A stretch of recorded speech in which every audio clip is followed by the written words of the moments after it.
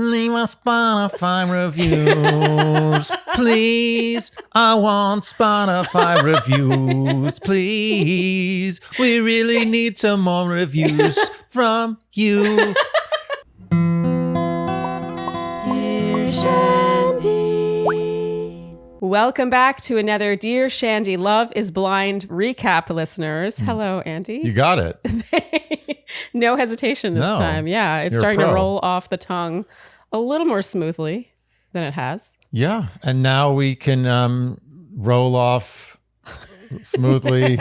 Oh, not working. So we are recapping Seattle Part 2 of Love is Blind Season 4 today. We're even more behind than we were last week. Yeah, but we're always the same amount behind. That's true. Yeah. We started behind. Yeah, we're at the same place. We're just going at the same pace as the leaders, but behind. Yes. And I gotta say, this already is the max number of episodes I feel I can watch of this show per week. It's not good, but I will say this. Every time we're about to watch it, I'm like, oh, I'm interested to see what happens. Yeah, same. Yeah. I go into it very positively. Yeah. And it's not that I don't enjoy it. No, it's not. When I say it's not good, I mean, not good is like, that's the bar. It's basically what I'm saying is it's good. Yeah. Okay.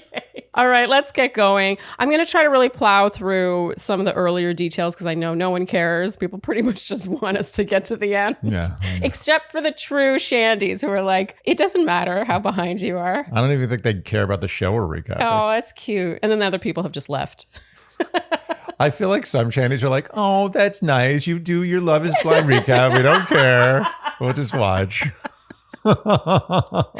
This is us doing art that's being put on the fridge out of sympathy. Your parents are always going to like it. No matter what you draw. You could draw the biggest piece of crap ever. They're going to be like, that's the most amazing artwork I've ever seen. And that's how the true Shandies see this. Oh, that's nice. This is what we're doing here is a terrible macaroni painting of an elephant. Yes, exactly. All right. So episode 9, we're back in Seattle. This is after Chelsea's birthday party / what we called the reject party last week. Yeah. We pick up with Jackie and Marshall.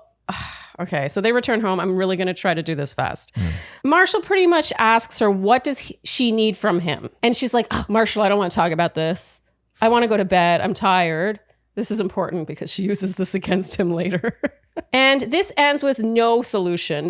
They're honestly, and I mean, of course, they don't work out, so I don't feel bad saying this. Sometimes you never know. If they do end up together, you're like, should I talk about how bad I think they are together?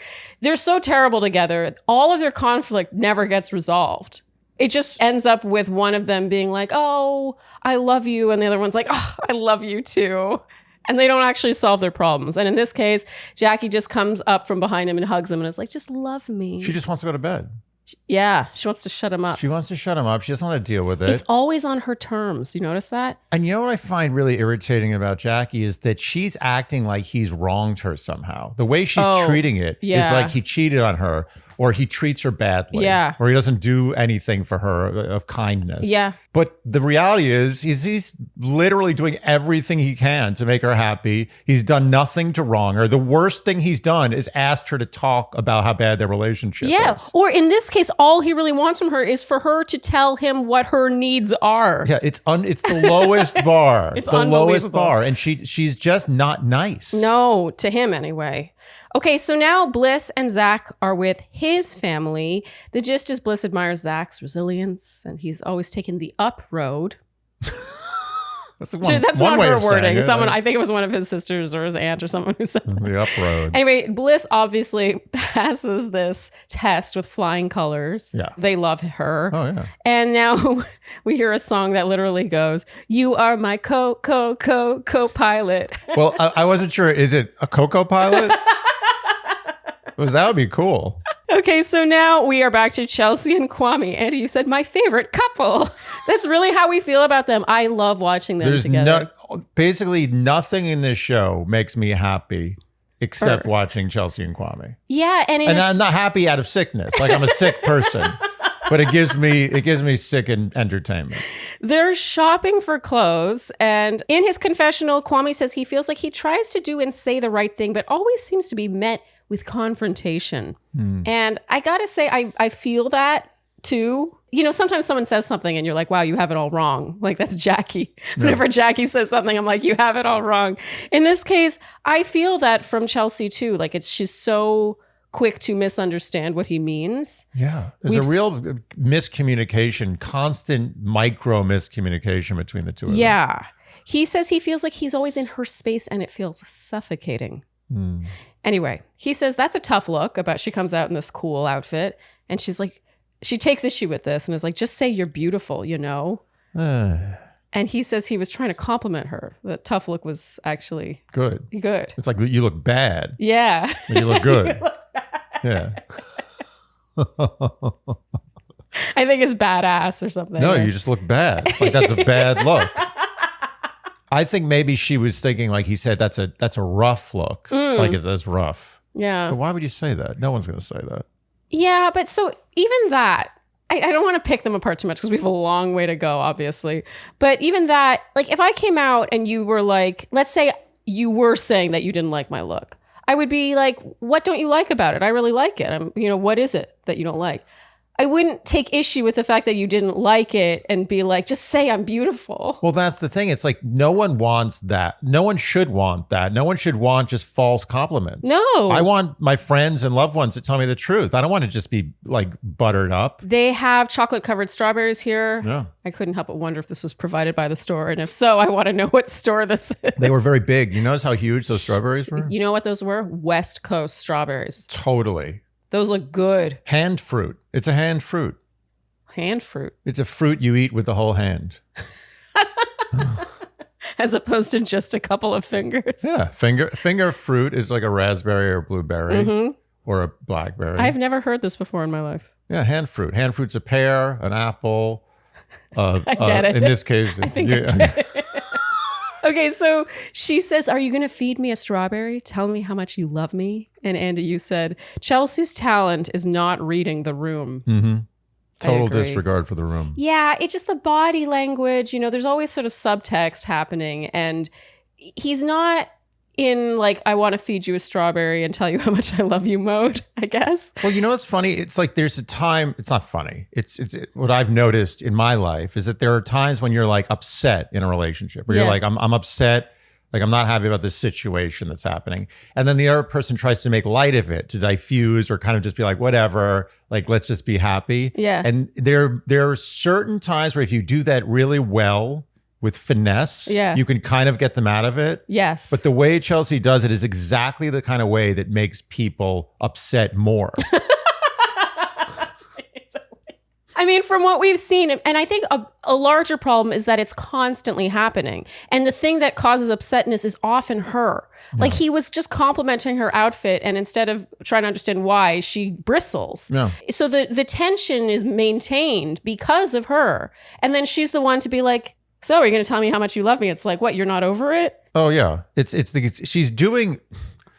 There are a lot of things that Chelsea does that are textbook wrong things to do in a relationship. I agree. And I think Chelsea is... She seems like a nice person. You know what? I'm not going to say I think. Yeah. Chelsea is a wonderful, good human being. I know that. There's no question. Maybe too good. She doesn't even... I'm not going to go that far. But her communication in relationships could really use some work. Yeah, based on what we're seeing with the cameras around and all that. Yeah. But agreed. She insists on feeding him a strawberry, even though he insists he's full. No. I can't stand that. Oh, no, I don't want to eat anymore. No, yeah, stop feeding me. Yeah. This happened last night at dinner with your mom. I was like, you should have this last bite. It's a really good-looking bite. And you're like, no, I don't want any more. And then I tried to give it to you, and you're like, no, and then I stopped. I noticed that. I thought there was going to be a third attempt, and that would have started a problem. I just didn't want to see that perfect bite go to waste. Yeah, I did eventually eat it. You did. Yeah. But on your time. Yeah, 10 minutes later. He brings up how that morning he had asked if Chelsea was feeling all right. And she responded, do I sound all right? Like a perfect example of how he ends up stepping in doo-doo just by asking, like, good morning, how are you? She retaliates big time, accuses him of nitpicking. But he says it always feels like she's ready to confront him, that she, quote, chases the fight. And she says, I'm just direct. And now he says, I mean, I loved this response. He says there's a big difference between being direct and being confrontational. True. He says, For example, him saying, do I look or sound okay, is not being direct. Correct. It's a perfect example. And it's not even like he's using some other example. He's using the very example that he first brought up. Well, the annoying thing about what Chelsea said is that she's the opposite of that. She usually leads with passive aggression. Yes. Which is the opposite of direct. Yes. Literally, there's many opposites of direct, I guess. Passive aggressive is one of the ones that shares that spectrum. Yes. Oh, you're done. Okay. I'm done, yeah. You took a breath. Sometimes you say something and then you're like... Yeah, I didn't breathe enough during that sentence, so I was left breathless. You were catching I don't know if it was worth it. He talks about having little to no reprieve. Like doesn't have his own space he can go to. I really wonder, a couple things about Kwame. One is, for me, the jury's come back with a verdict. Kwame's a good guy. I don't know what people were talking about. I completely They agree. Judged him based on that one pool situation. Oh, wait. Another thing that we've heard they're judging him on is that he apparently applied for Married at First Sight at one point in the past. And also, he applied to Love is Blind in Seattle when he lives in Portland. I do not see why I don't see why that's a big deal. Why is that a problem? Do I think that he might be a clout chaser? Do I think that he might be trying to gain back some of that, dopamine rush from his soccer career? Yes. I've already said that. And I think that's human. Who cares? Yeah. He's a good guy otherwise. He hasn't shown himself to be a bad person in any way. As a matter of fact, he's not only a good guy, but if I was a woman on this show, I would pick him. It would be between him and Brett. And I would be torn. I would be torn. Yeah. Good. Okay. Does people care which man I would like to marry on this show? Yeah, it really bothers me when people are like, well, he applied to Love is Blind Seattle when he lives in Portland. He should have been therefore willing to move to Seattle. It's like, there's so many more nuances to it than that. Okay, so when I applied for The Bachelor and went on The Bachelor, and I wasn't wild about the fact that my bachelor had a daughter. And the internet came after me. Why are you there then if you knew that he had a daughter? When you first go into something like this, you're not like, well, I'm definitely going to end up engaged and going to be moving to whatever city. You do this shit on a lark. And let's be honest here. At least 51% of the contestants who go on any of these shows are doing it for the wrong reasons. Absolutely. The wrong reasons, whatever those may be. The most you can hope for is that they're actually open-minded and actually single and actually, are willing to maybe get married out of it. Yeah. How many people are literally just sitting at home one day and they're like, God, I just can't meet anybody. You know what I need to do? I need to go on TV. Yeah, so true. Yeah, something tells me Kwame isn't hurting dating in Portland. He's having a third life crisis I had when I went on The Bachelor. And he's like, I'll go on this adventure. It's a once in a lifetime thing. It's replacing some of the draw, that excitement from his soccer days. Yeah. And what's wrong with this guy? Totally What's agree. wrong? Totally agree. Okay. I think people agree now, so I shouldn't be so angry, because I think most people agree that Kwame's okay. Well, now. yeah. Well, the reason why we're talking about this is because when we did defend him last week, people came back with these reasons. You think that most of the people on these shows haven't applied for more than one show? That's ridiculous. Ridiculous. And if you nitpick a person's character by how they decided to go on a reality show or what other reality show they were on, then you're just throwing out the whole criteria you should be judging them on, because everyone's got problems there. Are you lumping me into that pile? You're the only exception. Okay, so Brett and Tiffany are with his friends. Not a ton to say here other than that they clearly love each other very much. I did love how Tiffany specified, I needed someone who understands struggle but isn't complacent with their life. There's so much specificity. So much. In what they like about each other, how they feel seen by each other, what they were looking for. So adult. Oh, man. My dream is to have them for a love fest one day. Yeah. Because I think really they'll give like that. really good answers. They would give, no answers would be like, oh, I never thought of that. Yeah. It would just be like, here you go. Boom, boom. I'm going to do a side thing here. That one? Yeah, I'm going there. I'm going to camera 3. Okay. Excuse me. Hi, Tiffany and Brett.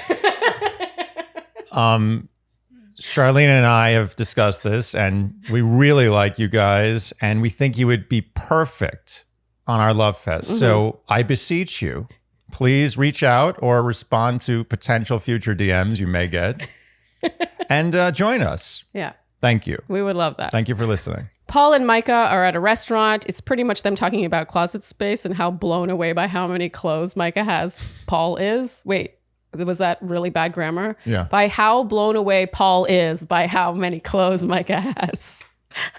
Whew, I recovered there. Good. I thought this was a very relatable conversation. Oh, yeah. I feel like that's you. Yeah, with us, I just kind of came to accept the fact that my closet experience was going to be very limited.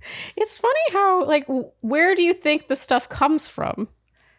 Like, and I know for you, you're different. Like, I've dated guys who I think were sort of blown away by how many clothes I had, but they also loved that I would have all these looks and, there's so much variety and things. But it's like, you don't get one without the other. Oh, no, I get it. I understand. I've accepted it. Yeah. I totally accept that. I am like, you know what it's like? I have like servants' quarters. Paul has changed his tune about Scottsdale. He says if his job can go remote, he would consider it, which is, I think, a big deal. Big deal. And this cues music that goes, I'm so sick of my head aching. Those are the lyrics. And who isn't sick of their head aching? Who likes a headache? That's a good point. I'm not sick. I'm enjoying my head aching. It's a good ache about the head. Zach and Bliss meet her mom and sisters. This is pretty much Zach talking about how great Bliss is, and her mom is in tears, which is super cute. Yeah. I really liked the women in her family, like this side of the family. Yeah, this side. Her sister says Bliss is worth more than her weight in gold, and this turned into a tangent between us about what Bliss would actually be worth if she were her weight in gold. Zach reveals the Irina stuff now, and Andy, you didn't know why he was telling them this. You felt it was unimportant. Yeah, he has a way of, like, I think when he's a little nervous, talking, he just keeps going about things. Yeah. Shouldn't say. I totally agree. There's a really sweet moment where after Zach touches on his upbringing and how he struggled with feeling accepted, her mother says, well, if Bliss chooses you, I'll be your mom too. That was sweet. That's nice. What I love is the takeaway of her mom saying, yes, it's fast. Yes, I'm a little concerned. But overall, I default to trusting Bliss. Mm-hmm. That's good parenting right there. Yes. Overall, okay, yeah, I have my misgivings. I'm a little concerned, but I trust her. I trust how I raised her. I trust the person she is. No. We do not get that from her father later on. No. Chelsea and Kwame meet her family now. Kwame calls them a bunch of Chelseas. Is that good or bad? Her mom asks to steal him away, which we thought was super bachelory. Oh, totally. I think she's taking a cue. She watches The Bachelor. She's like, is this the part where I say, can I steal you away? And they're like, no. It's a different show. We learned during this conversation that Kwame had a pet squirrel growing up. Oh my. Of course Kwame had a pet squirrel. Why wasn't this talked about more? Can I tell you something? There's not a human being on earth. Yeah. If they tell me that they had a pet squirrel growing up, that I won't like them. I don't care what they've done. Mass murderers, I don't even care. You have a pet squirrel, you're my friend. Yeah, well, I would go a step further, and because this didn't end up happening, no one could tell me that they had a pet squirrel growing up, and I'm not going to have follow-up questions about that. Yeah, no questions. They would literally have to reschedule the whole production. Because I would never stop talking about the squirrel. Yeah. I mean, that doesn't happen. And you don't go to the pet store and buy a squirrel. No, you have It's not like saying you have a gerbil. You have to get a baby squirrel from that's lost or like its mother left him. Is that the only way? Yeah, they don't sell squirrels. It's not like a pet. I know they don't sell squirrels, but it's the only way to get it at a baby I think there's probably some animal shelters where maybe they happen to have an injured baby squirrel that they could. I don't think that you can go to an animal shelter and be like, yeah, I'll take that squirrel. I think you basically have to go find a baby squirrel that's been abandoned or lost. Yeah, you got to go on a baby squirrel hunt. And you just have to take it and nurture it, and it has to believe that you're the mom or dad or whatever, and that's how it works. It's unbelievably cute. There's almost nothing cuter than a baby squirrel. I agree. And this is coming from a cat lover. I mean, honestly, between a baby kitten and a cute, by the way, there's some baby kittens that I don't find baby as cute. Kitten. A baby, like a less, more kitten. I find that the baby squirrel is on average cuter than the average kitten. Oh. Yeah. Wow, those are strong words coming from you. Yeah. I could tell as you were saying those words that you weren't sure if you believed them. I felt that there was some insincerity, but then I realized, no, it is true. I do think that. Okay. Sort of. Not sure. I'm not sure. Not a ton of conviction coming through. You're just trying to make a point. It's like comparing two 5-star restaurants. It's just different food. Okay. But yeah, no follow-up questions about the squirrel. Unbelievable. So you know what I was thinking about the other day, Sharleen? What were you worrying your pretty little head about? Are you patronizing me? Well, it just so happens that I was thinking about how annoying it is to make smoothies and how I don't do it Because it's too much of a pain in the ass. You really never make smoothies, actually. Sometimes when you're like, oh, do you want a smoothie? I'm like, yes, I do. Actually, you never turn me down when I offer you a smoothie. No, because I like smoothies, but I don't want to make them. I do not want to make it. It's annoying. And also, you have to have the right ingredients on hand. It's not like you're just like, oh, I'll whip up a smoothie, but if you don't have the right stuff in the house, you're going to somehow magically make this delicious smoothie. We would put like chicken in there? Yeah, exactly. Chicken. I don't know why I thought I don't know why you had to skip to chicken. There could have been other things on the way to chicken. But this is why we're such big fans of bump and blends. And I am obsessed with these. They're basically, they look like the size and shape of a good sized ice cube. But inside are real ingredients, fresh ingredients, which are then frozen. And you throw them in your blender with your milk of choice. And then you just blend it. I love how they are, dispersed into these cubes, right? So that you don't just have this big mass of frozen thing that won't break down in your blender. And also, you can keep it for a long time. Yes. How many times have we had bags of spinach turn into like black mush in the refrigerator because we never used them? We didn't get around to it. Yeah, I'm one of those people. I always feel very optimistic at the beginning of the week. I'm like, I'm going to buy baby spinach. We're going to make lots of smoothies and be really healthy. No, we're just going to have rotten spinach. And their flavors are really yummy, but they're not just a pretty yummy face. They also do something. Mm-hmm. You know what I liken bumpin' blends to? What do you liken bumpin' blends to, Andy? A perfect marriage of supplements and deliciousness. Because bump-in blends were created by a dietitian and they're approved by nutritionists to target specific things that you might have issues with. So that could be stress or focus or energy. Digestion, skin and hair, mood. Why did you say mood like that, Andy? Oh, I don't know. You really are hitting a couple of birds with one stone with this. And I gotta say the flavors are on point. So if you want to see a smoothie change your life, or maybe you just want a really yummy, easy breakfast, Bump and Blend smoothie cubes are for you. Head to bumpandblends.com and use promo code Shandy to save 25% off your first order. That's 25% when you go to Bump and Blends, bumpinblends.com and use promo code Shandy. So Sharleen, have you noticed that I have been speaking Spanish in public more often? Oh my God, that actually did happen. Yeah. We're not kidding. This happened yesterday. It did. We were in a shop, and even though the storekeeper definitely spoke English, they also clearly spoke Spanish, and you broke into Spanish, and it was fantastic. You had a little exchange. And I genuinely can thank Babbel for that. Is that a thing? Did they tell us to say that? No, it's true. It's not just about the daily lessons, 10 minutes a day with Babbel, you can work on your language skills. It's also the muscle memory and the confidence you build just doing that, because they have this incredible speech recognition technology. So it's not just you reading and hearing. You're also saying the words. You just build your confidence. And you know what? I actually learned a decent amount of Spanish years and years ago. Like 10 years ago, I kind of had a lot of vocabulary and some grammar, and I could speak Spanish, but I was so sick of people, Spanish-speaking people, hearing me intro in Spanish and then starting to speak English to me because my accent was so bad. That's why their speech recognition technology is so helpful. They're really focused on your pronunciation. And I was going to get to that, but you took my thunder.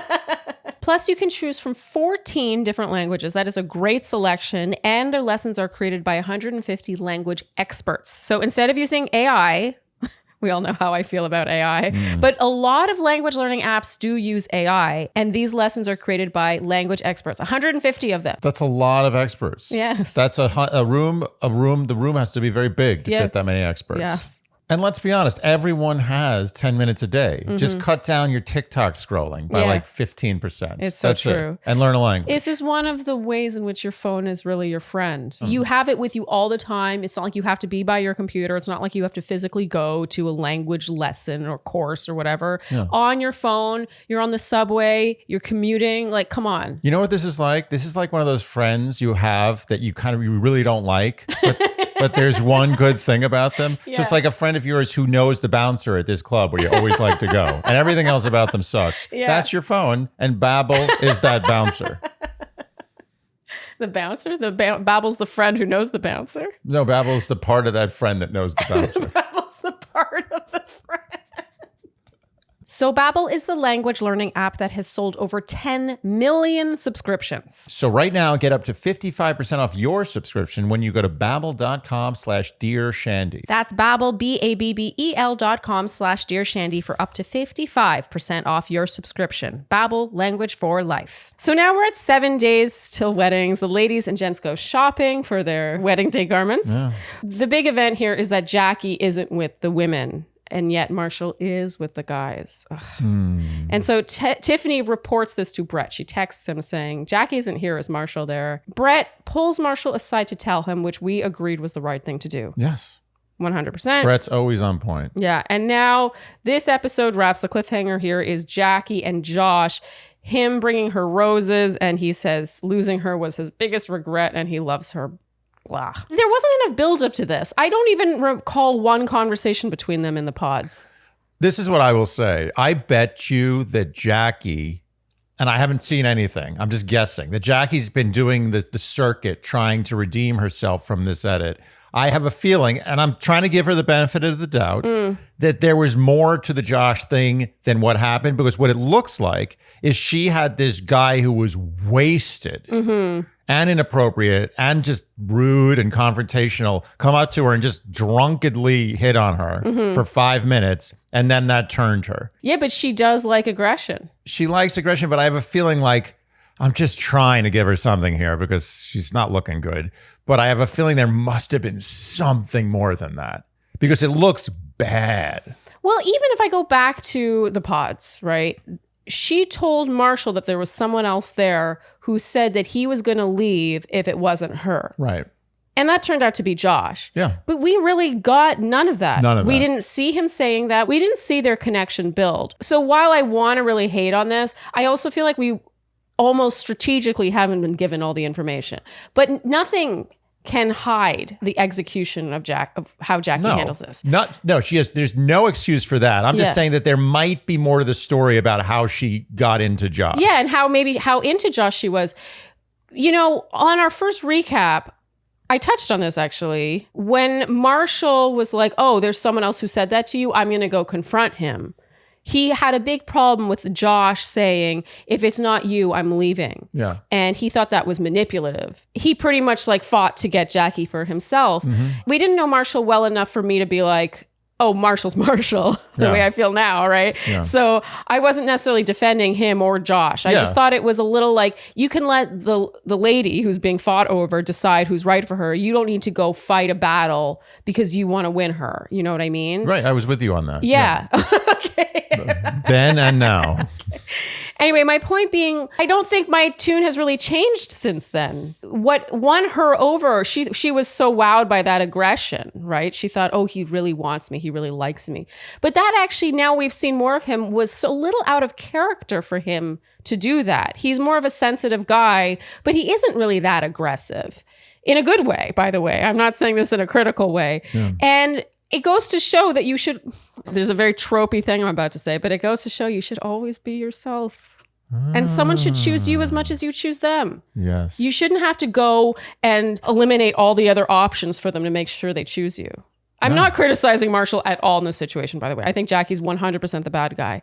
I just think it's funny. We talked about this 3 weeks ago, and we're seeing how that played out now. By interfering, he interfered with the course of nature. Well, he screwed up the experiment. He entered a new variable into an experiment that was totally controlled and was working fine. And that's not the way you do it. You just let the experiment run its course. Yeah. You have to let the results land where they may. You can't see that it's going towards a certain direction. Be like, oh, I don't like that. I'm going to push it this way. Yes. And that's what Marshall did. Yeah. And therefore, the experiment ended up in a result that's not true. And that result is him and Jackie being together. Yeah. Yeah, I think there's a lot of truth in that. And we're not criticizing Marshall. We love Marshall. But I do think that him doing that was out of character for him. And it showed her, she really liked it, by the way. Yeah. She was like, oh, he really likes me. He's so aggressive. He went and told that other guy to sawed off. Trying to watch my mouth. Sawed off? Is that a British? Yeah, sawed off. Sawed off? Sawed off. Oh, that's good. Yeah. Not one of the best ones, but it's good. All right, so moving on now to episode 10. This is the lunch continued. The Lunch with the Roses. Jackie in her confessional says she was immediately attracted to Josh. And you and I were like, She likes the caveman. She does. She wants caveman. Absolutely. She does. That's so well put. She wants a guy who's like, you're mine. Can I be honest with you? Come with me. I'm putting you over my shoulder. If Jackie went in the time machine back to like 1,000,000 BC, and she literally was like dragged by a caveman back to his cave, I'm fully confident that she'd be kind of into it. 100%. She would be like, he wants me the most. Yeah. Look at him. Look at this. Look at the aggression. Look at the confidence he's showing. Yeah, totally agree. And he's going to protect her because he's very strong and tough and manly. Yeah. And to her credit, she admits this to Josh. She says Marshall's too sensitive for her. I don't love her. She's so quick to turn on a dime and just confide in Josh about Marshall, who she's been building this with. It's he really doesn't rough. deserve this. It's really nasty. No one deserves this, but especially not Marshall, who is sensitive. And her version of the story is that when she told Marshall to boss up and be more aggressive, he left for 3 days.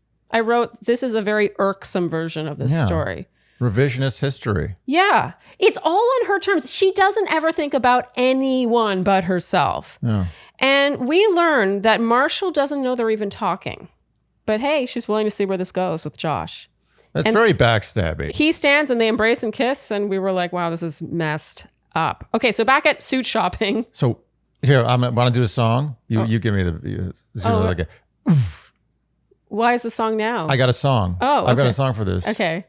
So they're standing up, embracing, kissing. Here's the song. Yeah. When you gonna backstab me? I didn't do anything to deserve this.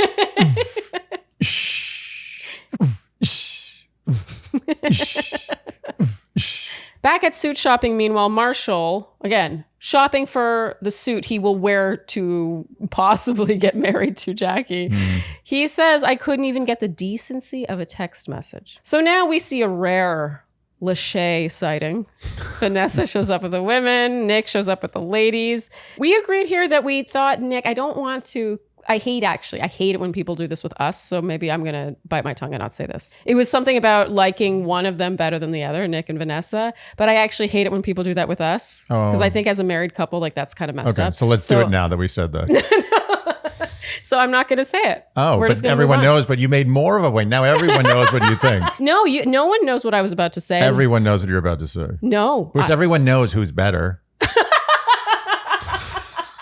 I don't want to say that because it actually like really gets to me when people do that with us. See, now all you've done is made it even worse. Well, no, I'm making a point. I'm not going to say that. We're having a whole sidebar about what your opinion is about these two, which gives it much more weight. No, my point is that people shouldn't pit married couples against each other. It's not a competition. That I agree with. Yes. Okay, so they're talking to the groups for like 5 minutes and they're like, hey, bye. It was a hard day at the office for the Lachays. Man, they got to take it easy. Maybe a vacation's in order. During fittings, there's a lot of talk about feelings. Nothing much worth mentioning. I'm going to just do a quick Cliff's Notes. Shelby in her confessional says Paul's a really nice guy and wouldn't hurt Micah. Sober Shelby? Sober Shelby is a different person. Wow. There's a moment where Micah and Patricia, her mother, talk about Patricia being there. So what we're getting from this is that Patricia maybe hasn't been well. Yeah. I don't know if we missed something. I will give it to the show that they don't try to exploit backstories like this. They let it happen naturally. Totally. That's a really good point. That's very unbachelory. Very unbachelory. If Micah were on The Bachelor, her mother having been sick or, I don't know. We don't know what her mother went through. That would be the centerpiece of Micah. It would be Micah's main storyline. Main story. Yes. I totally agree. That's a good observation, Andy. Thank you. While Chelsea is crying in her dress now, Andy, you said you were very amused by women's reactions to wedding gowns. Do you want to explain this? I don't know if it needs to be explained. I don't think, what do I need to add to this? I mean, there's just an enormous amount of excitement. I've never seen so much emotion. I kind of feel like I missed out on that. Well, you were doing it all alone. Yeah, but I'm really meant to do it alone. Like I'm really a solo shopper. Yeah, well, you missed out on like the crowd of people being like, oh my God, that's the dress. No, maybe. But what I missed out on was the feeling that I think you're supposed to get. You know, when you come out in the dress, you're like, this is the one, and you start crying. I never really had that. But you're not that kind of person. You just don't. Well, yeah, but I thought, because society tells you that you're going to have that experience. I blame society. Yeah. That's the bottom line here. Society let you down. Yeah. But I really went into it thinking, okay, I have an idea of what I want.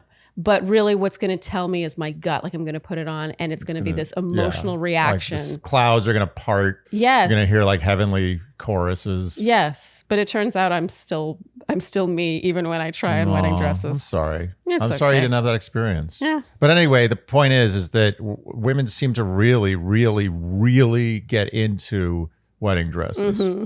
They do. And I think it's cute. Yeah. I'm not criticizing. It's cute and it's noticeable. There's a whole show, Say Yes to the Dress. It's a whole thing built around that. Yeah. Around tears. If you don't cry, it's wrong. It's wrong. Marshall comes home and he and Jackie talk now. She says, how are you? He says, I'm not good. And Andy, you said, why are you not good is what she should ask. Mm-hmm. But no. Nope. Jackie now tries to blame him for pressing her for answers after Chelsea's party. This is expert level playing victim. But it's also such gaslighting. It's to the point where it's like comical. Yeah. It's a caricature of gaslighting. It's not even creative gaslighting. No.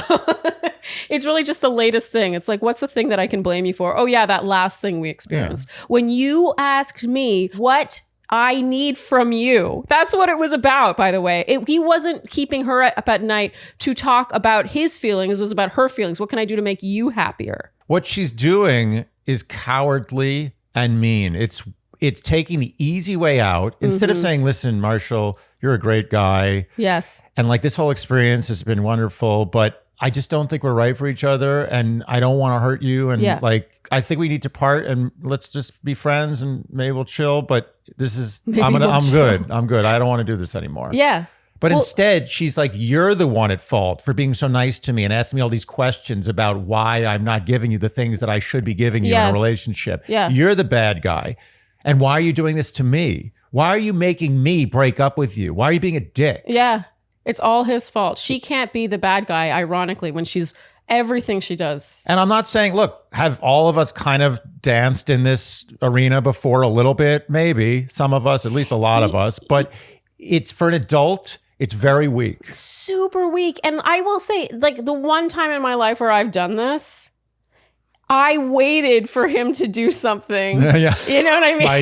Nice move. But you know what I mean? Like, of course. Because you're waiting for the catalyst, the thing that gets you out and you get to be the good guy. You know what I mean? I also have done like this. I'm not on my high horse about right and wrong and all this stuff. No. Like, we all know what she's doing. But what bothers me is that if the guy hasn't done something bad for you to break up with him over, then just be the bad guy. Yes.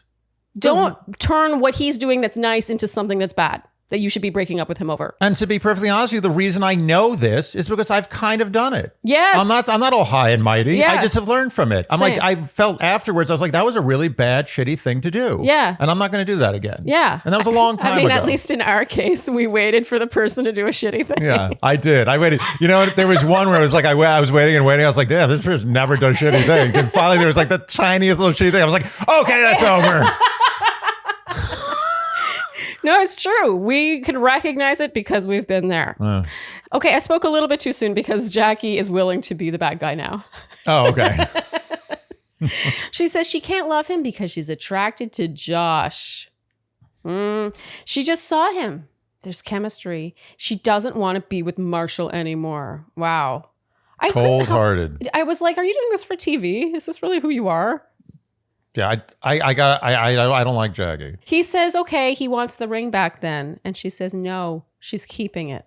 Okay, first of all, there's a couple of things I don't understand. This left us speechless. Like, first of all, did he buy this ring with his own money? Like, it's not his ring, it's the show's ring, right? I don't know. Like, why does he need the ring back? I didn't understand any part of that. First of all, she was being a jerk, obviously. I feel like it's the show's ring. It's the show's ring. So the show should be like, no, you are giving that ring back. You're not keeping that ring. Why is she allowed to keep the ring? Yeah. What happens if she ends up getting engaged to Josh? Does she give Josh the ring to give back to her? Yeah, she could just keep collecting rings. Like by the end of the show, she's like $200,000 of rings. Like, it's bullshit. But I will say this: if I was in that situation, I would forget about the relationship. I'd be like, this is over. And I would have a long talk. I would have that talk so long to get that ring back that she'd eventually be exhausted and have to give it back to me. I would just keep talking. I'd be like, you got to give me that ring back. I have a feeling Jackie gets her way a lot in life. Yeah, and I think he realized, I honestly think it was self-preservation. He was like, this isn't worth me, like the emotional turmoil of trying to fight for it. He was smart, honestly. I think I would beg for it. I'd eventually beg. I'd get on my knees and beg for the ring back. Knowing Jackie, that's how you would get it back. I know. That's why I would do it. It would be a little shame, but I would get the ring back. I mean, this is assuming I paid for it. Okay, you would do it as like a tactic. Like, I want that ring, and I know the only way to get it is for me to look pathetic and for her to feel like she's won. Yeah. So I just get on my knees and beg. I'd be like, please, like, I have a sick dog, and like I can't pay for the operation. Yeah. It's so, isn't that interesting that that's what would work with her? Yeah, she's very simple in a way. I'm not a fan. Not a fan. Okay. We should have her on the show. This wraps with her being like, take it easy, see you around. And as he leaves, she just goes, yeah, like, oh, what an inconvenience that was. Okay, so now 5 days until weddings, Chelsea and Kwame have an engagement shoot. And it's not just any engagement shoot. Amazing.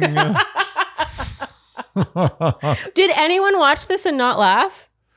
Is it possible? I mean, it's pretty fantastic. I have moments where like I feel secondhand embarrassment for Chelsea, but then at the same time, part of me is like, I wish I was Chelsea. I want to be Chelsea when I grow up because she just owns who she is. She said it. She's like, I'm extra and I don't care. Yeah. I do it. I go for it. After my knee-jerk reaction of like unfettered judgment subsides, I'm like, I gotta respect the fact that she's like, I've always known I wanted to do a Calvin Klein underwear-esque photo shoot. She didn't just say that. She said it was her lifelong dream. Yes. Yeah. Yes. And she did it. She said that. She's done. She's like, I know it might be silly, but I want to do this. That's it. Life complete. Yeah. And they had like matching Calvin Klein underwear and it was all I don't know what about this made it an engagement shoot, but part of me respects it. No, I do. And she did it well. I have to be honest. Like, I could tell she's been thinking about the poses for a long time. Yes. There was no awkwardness. She was like, oh, is this a silly position? She was just like.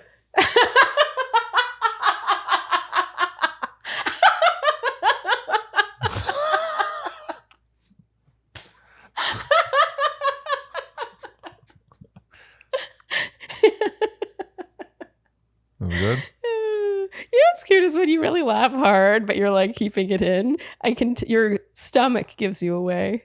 Oh, yeah, it like flexes and does this thing.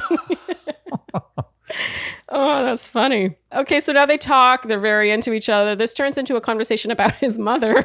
By the way, can we first of all give some credit to Kwame here again? Oh, this bad guy, Kwame. Yeah. He like not 1 second was he like, this is totally embarrassing. My boys are going to destroy me for this. Yeah. Like he just was like, let's do it. Got in his knickers or whatever you call those. What do you call the skivvies? What do the Brits call those? Skivvies or knickers?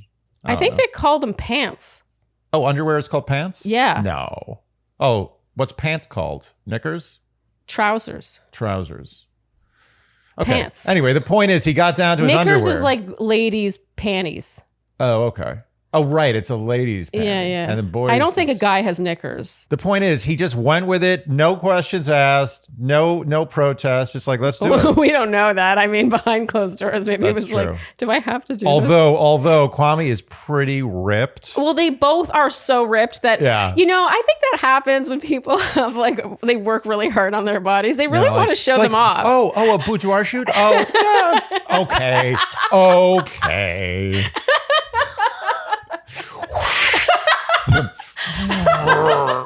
It's like ding, ding. Okay, so they're talking about his mother now in their underwear. There's a confessional where he reveals his parents had so much control over his dating life that he didn't really start dating until college. And she asks if he'll say yes without his mom's approval. And she says it would be the biggest letdown of the century to throw away what they've built. This ends with not really a conclusion, which tends to happen with Chelsea and Kwame, actually. Not shown anyway. They clearly want us to think that they're not going to work out. And honestly, the more the show does that, the more I think they're going to end up together. You know who's most upset about this? Is the Century. They're like, excuse me? Yeah, hold my beer. Okay, so Tiffany and Brett now. Oh, okay, I have to talk about this because I do love this. So Tiffany's really stressed out. She's cleaning. I clean when I'm stressed out. I do too. I am Tiffany. Tiffany is me. Cleaning is very cathartic. It's really great. It's like meditative. Yeah. You just focus on the cleaning and it's so productive. It's like when you clean, it's not like, oh, I did this wrong. Like I got to do it again or it's confusing. It's like you clean and literally a brown thing turns not brown. It's great. I wait till things turn brown before I clean them. I don't believe in cleaning things that don't look brown. There was a moment where she smells a candle to go. I'm laughing because I'm obsessed with Tiffany. She finds a candle and she's like, it's like, I am this woman. So Sharleen, guess what part of my intricate morning routine I look forward to the most? Does it involve taking a pill of sorts? Yes, it does. Good guess. But seriously, I do take a lot of supplements. Yes, you do. And some I know, like vitamin D, for example. I know if I take vitamin D, I'm going to have more vitamin D, which is good, but it's not that exciting. Yeah. When I take Nutrafol, I know I'm going to see results that make me happier on a daily basis. Yes, because Nutrafol is the #1 dermatologist recommended hair growth supplement, clinically proven to improve hair growth, thickness, and scalp coverage. And I can attest, I've got thickness and scalp coverage. You do. What was the first one? Growth. And growth. People all want more hair. They want thicker hair. They, more. They want scalp coverage. Yeah, good and coverage. For a brand to rise to the top, to be the #1 dermatologist recommended brand is a pretty big deal. It's a crowded space. Well, I mean, yes. There's nowhere more crowded. No. It's like finding someone at a packed Madison Square Garden. Yes. Like that guy. That's the guy you want to go to. Yes. He's the guy. Yes. And that guy is Nutrafol. Was that not clear? And Nutrafol supports hair growth from within by supporting the 5 root causes of hair thinning, and those are stress, hormones, environment, nutrition, and metabolism. And in a clinical study, 86% of women reported improved hair growth, which is a number none of us can ignore. 86%. 86 people, 100 people standing around. 86 of them are getting hair growth. So you can grow thicker, healthier hair and support our show by going to Nutrafol.com and entering promo code Shandy to get $10 off your first month subscription. This offer is only available to U.S. customers for a limited time. Plus free shipping on every order. Again, that's $10 off at Nutrafol, Nutrafol.com, promo code Shandy. So what did I do, Sharleen, right before we started recording? You paused the Lomi. Yes. You paused it. I paused it. I paused it because we have to do this, but I want the Lomi. We have to do this. This thing you're watching, we had to do it. Yeah, we do have to do this. Yes. But we do it out of love. Yes. There's a lot of things I have to do. People have to parent children. The point being, our Lomi, which, by the way, is our countertop electric composter. This thing is really from the future. But it's sitting on our countertop right over there. It's running all the time. Yeah, we're running our Lomi all the time. We put in our food waste. We're putting in the food scraps. You know, the parts of a pepper you don't eat. Or, I don't know, after dinner when it's... Eggshells. Eggshells. Coffee grinds. Oh, avocado skin. My examples were better than that. But everything you throw in the garbage that's something related to food goes in that thing and turns into soil, which I then use to put in my plants on the roof, which, by the way, I'm not kidding you. I've dumped like a full, what are those called? Dump trucks? Uh-huh. Or what are things that move a lot of earth? A wheelbarrow. A wheelbarrow. That's not even close to what I was thinking about. But okay, fine. I've moved, I would say, how many wheelbarrows have I put into the soil? At this point, I would say several. Okay, this is not hitting home the way I was expecting. That's a lot of soil. But several wheelbarrows of soil that would have been gross, stinky, rotten food sitting in our garbage, going into landfills, causing methane to go into the atmosphere, destroying our planet. That is now feeding plants. With the press of a button, you turn it into soil. You kind of skimmed over that part, but that's really the punchline. That is the punchline. You're right. There's literally one big button. It's like, you know what it is? It's like the button in that action movie, like those cheesy action movies where the guy presses the button that starts the countdown launch of like the doomsday weapon. Yeah. It's literally that. It's a giant button right in the center, and that's all you press. That's it. It's over. I feel about the Lomi button the way I used to feel when I was a kid in an elevator. Like I really wanted to press the buttons. Oh, yeah. Like I always am kind of angling to press the Lomi button. Oh, you should tell me. I would let you press the button. Maybe. So if you want to make a positive environmental impact or just make post-dinner cleanup that much easier, Lomi is perfect for you. Head to Lomi.com/Shandy and use promo code Shandy to get $50 off your Lomi. That's $50 off when you go to Lomi, LOMI.com/Shandy and enter promo code Shandy at checkout. Food waste is gross. In more ways than one. Let Lomi save you a trip to the garbage can. So Brett, being Brett, comforts her and he hugs her. She cries, says the stress is getting to her. She sobs while he just holds her. Can I just say one thing right now? What? Like, okay, Kwame had a couple flags. He did a couple things wrong. Is Brett GOAT for this whole like reality dating TV universe? I mean, who's better than Brett? When has he faltered one single time? What has he done wrong? Has there been one tiny thing he's done wrong in this entire show? I don't know why you're saying that. No one doesn't like Brett. No, I'm not saying like I'm the only guy who likes Brett. That's not what I'm saying at all. I'm saying that I have never seen a hero, let's call it a hero, but there are heroes on these shows. Yeah. They cast heroes. Have you ever seen a hero never do anything wrong? Not one little thing. Have you ever seen it? In any show? Bachelor in Paradise, Love is Blind, whatever. No, it's true. He's perfect. Perfect. Yeah. What's wrong with this guy? Disconcertingly. It's disconcerting. Yeah, you know what he is? He's got bodies under the floorboards. Yes, that's exactly what I was thinking. And you know what? He can have that. He's crossed the threshold from being too perfect. We don't trust him anymore. Yeah, he's got a Bundy-like way about him. Okay. And this ends with a cliffhanger of Tiffany being like, I almost don't want a wedding. I'm so stressed out right now. But we all know that's... You're having a wedding. She's having a moment. Okay. So 4 days until weddings, Micah and Paul make their wedding bands. And moving on, Kwame calls his mom and is met with an answering machine. I got to say, I don't understand parents like this. It drives me crazy. Just when you see parents the opposite of Bliss's mother, basically. Like, I default to trusting the child that I raised. You know what you should have as a parent? You should have red lines. Okay. So like this is my red line, and if they cross this, I'm going to be a parent. I'm not going to let them do it. Like that's like hardcore drug addiction, like, you know, running off to the circus. No one should run off to the circus. You should either be very good at circus stuff out of the gate and go to the circus, or just... I mean, in another time, running off to the circus might have been your best option. Actually, the circus is okay now. You got like Cirque du Soleil. It depends what kind of circus you're talking about. Cirque du Soleil is not the circus. It's not. That's the Cirque du Soleil. It's not the circus.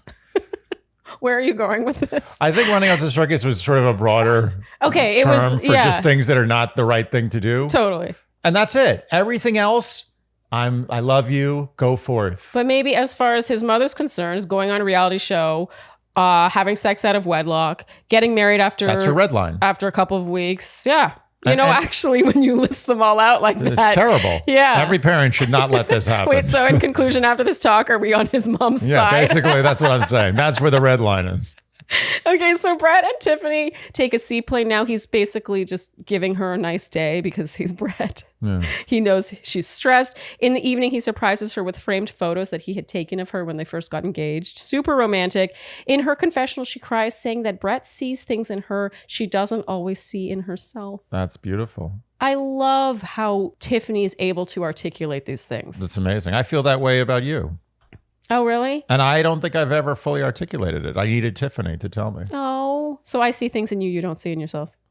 Yeah. Okay, I agree with that. This is pretty much Brett saying he is so sure about her. He has no doubts. She says she appreciates how cool and collected he was while she was dealing with her stress. Andy, you called this the most bachelor-like conversation we've seen on this whole show. It was. Mm-hmm. But it landed different. You know what it did? It made me homesick. I miss the contrived conversations. So now we're 3 days until weddings with Bliss and Zach. Zach's meeting Bliss's dad and stepmom. This is going to go great. Yes. Especially after all we've heard about Bliss's dad. You know, Bliss, we've learned, is not an exaggerator. No. We heard about her dad dating way back. So basically, her dad is everything she described him to be. He thinks no one is good enough for his daughter. On top of that, I just found him super condescending. I couldn't stand how he always interrupted his daughter. You know what I'll say about her dad? Like, the opinion he has, let's be honest, is probably the opinion a lot of dads in this situation on many of these shows have had. They just have not expressed it. Yes. They've been polite. Yeah.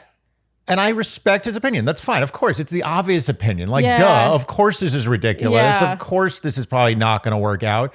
But at least don't be rude. He was super rude to Zach, and he was super rude to his daughter and disrespectful. Like, don't do that on national TV. Like, no one's gonna. Your boys are not gonna be like, "Nice going, dude. You look great." Like, who's he doing that for? Well, and what gets me is really the person he ends up working for by being like this is the show. Yeah. The very show that he's criticizing, the producers are like, ha ha ha ha. Yeah, he's a friend of the show. Yes, he's doing their bidding. He's giving them what they want. And he's suffering because no one's going to look at him and be like, nice work. Yeah, I mean, he was so unlikable. I've got to say, I don't want to pick sides, but between the female side of Bliss's family, so her mother and her 2 sisters versus her stepdad, stepmom, and then their 2 kids. It was unpleasant. Like, usually I'm entertained by that kind of thing, and I probably was. You were totally entertained. I was entertained. I was entertained. Here, Bliss says, I'm not dumb. I'm not going to get married just to get married. And her father says, well, that's what you're doing.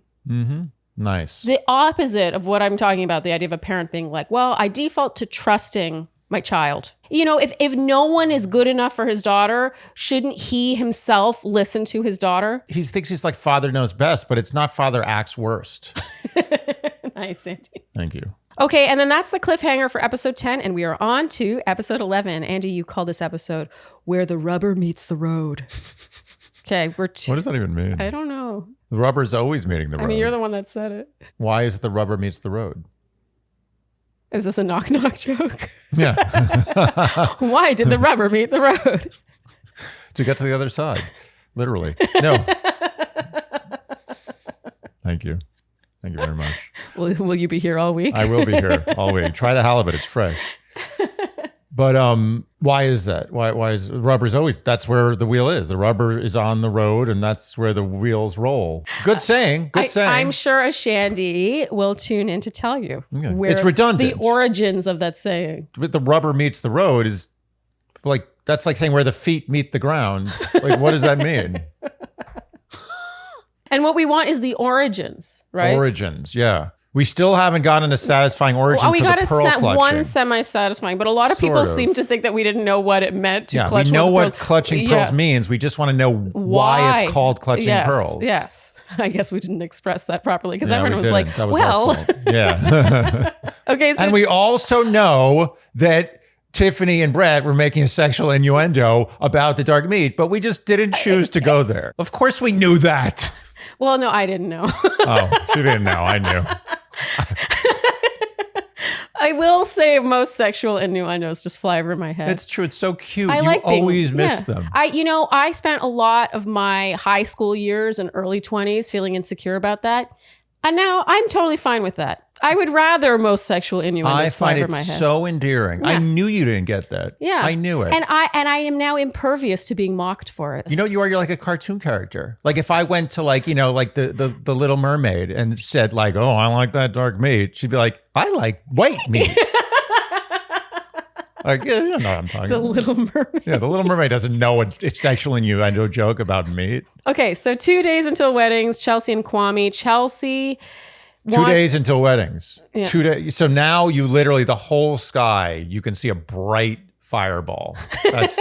This is like the whole, everyone's running. There's like these scenes where there's traffic jams where people are like just smashing cars into each other, like jumping out, like hijacking, like carjacking, just all chaos is broken out. Totally. Yeah, you can feel the heat of the fireball. Isn't it weird to think that's how humans would be in that situation? Absolutely. Like we have all these like social norms. We have this behavior, etiquette, manners. We all know that if a meteor were 2 days away. We are all living on the razor's edge. All it takes is one meaningful calamity.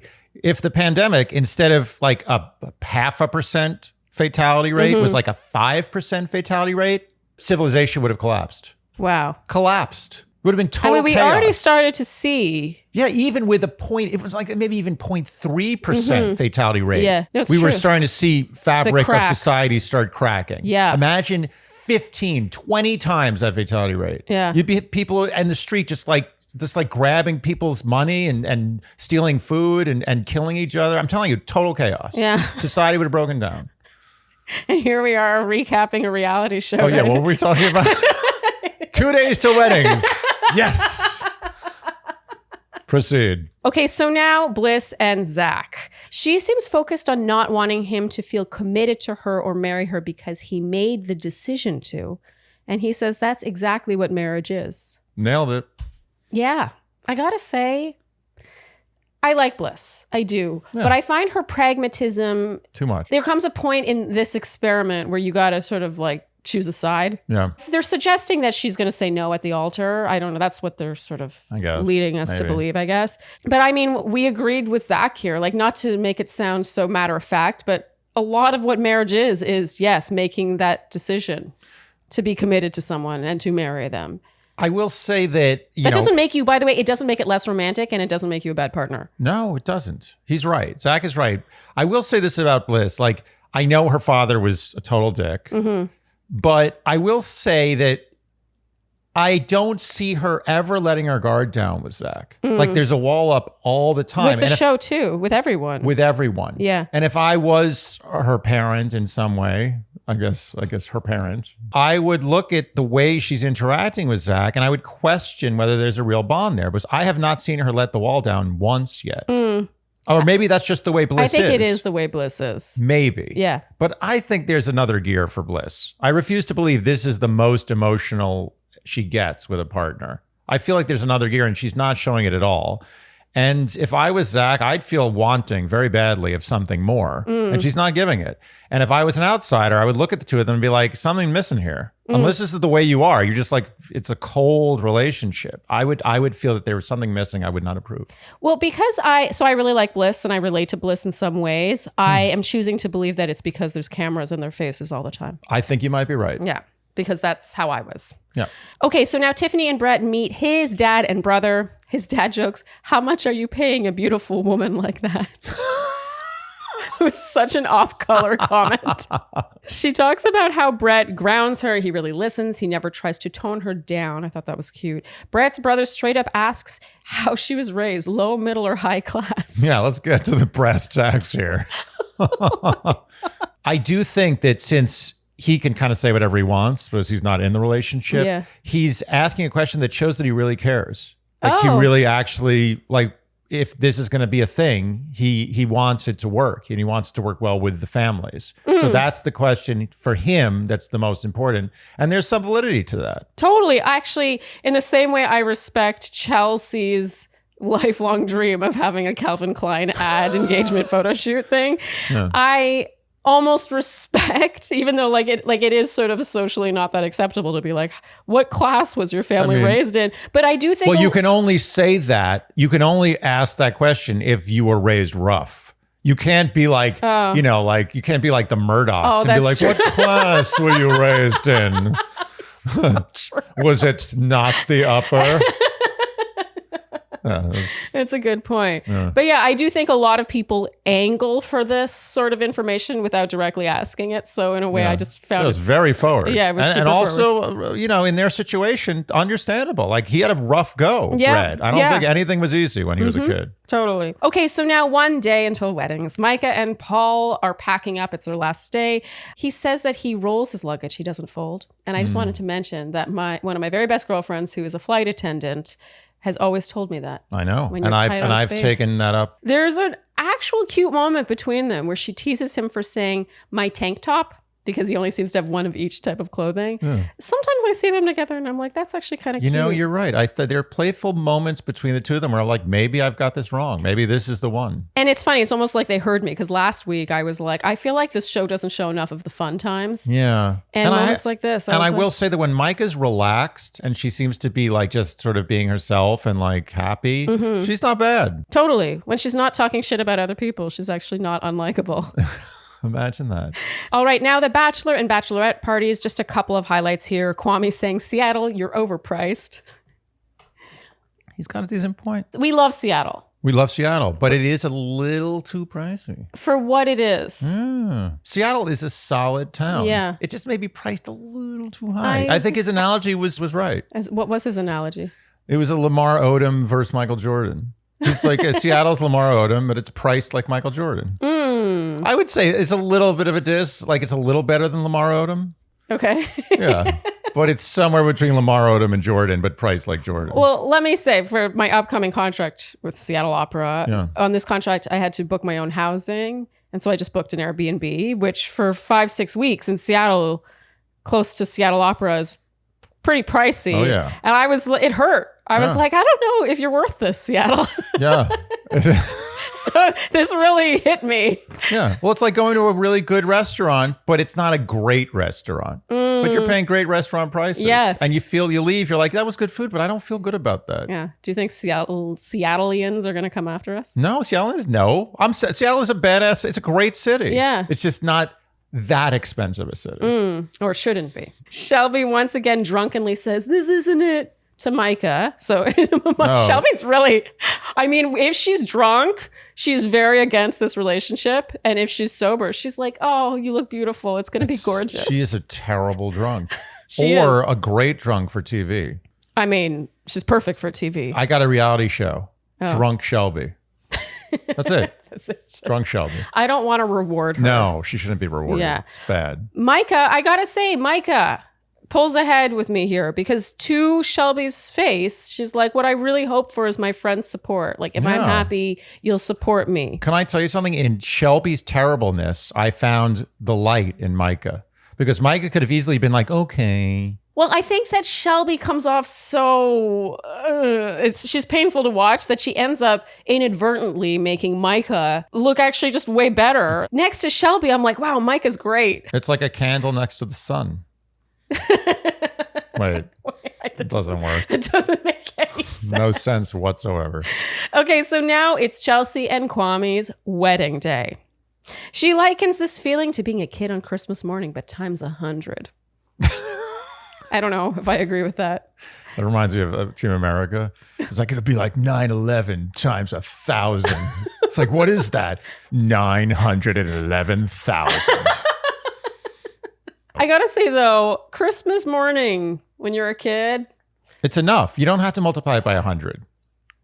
I mean, good. I think that I would combust.